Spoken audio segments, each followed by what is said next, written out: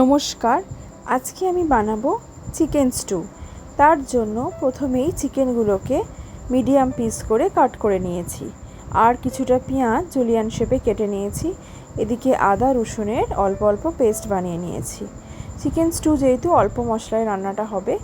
আর এদিকে কিছুটা গাজর বাঁধাকপি কুটে নিয়েছি, আর কিছুটা স্পিনাচ বা পালং শাক কেটে নিয়েছি।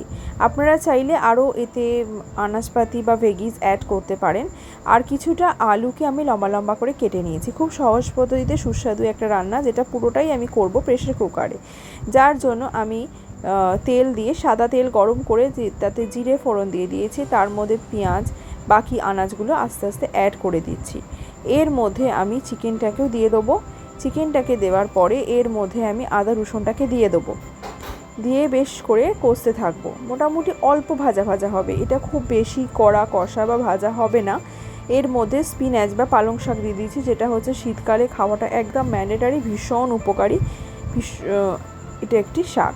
এর মধ্যে আমি দিয়ে দেবো পরিমাণ মতো নুন, অল্প চিনি, আর একটু গোলমরিচ, একটু গোটা গোলমরিচও এর মধ্যে আমি অ্যাড করে দেবো। ব্যাস, রান্নাটা অলমোস্ট হয়ে গেছে। হ্যাঁ, আর অল্প সামান্য হলুদ গুঁড়ো দিয়ে দিয়েছি। এইবারে জাস্ট একটু অল্প নেড়ে চেড়ে নিয়ে এর মধ্যে আমি গরম জল অ্যাড করে দেবো। গরম জলটার পরিমাণটা একটু বেশি দেবো, কারণ আমি সিটিটা অনেকটা পরিমাণে দেবো, মোটামুটি 5-6টার মতো সিটি দেবো।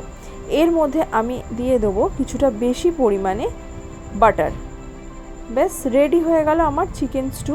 জাস্ট এবারে সিটি দেওয়ার পালা। কুকারে মোটামুটি 5-6খানা সিটি দেওয়া হয়ে গেলেই আমার রেডি হয়ে যাবে চিকেন স্টু।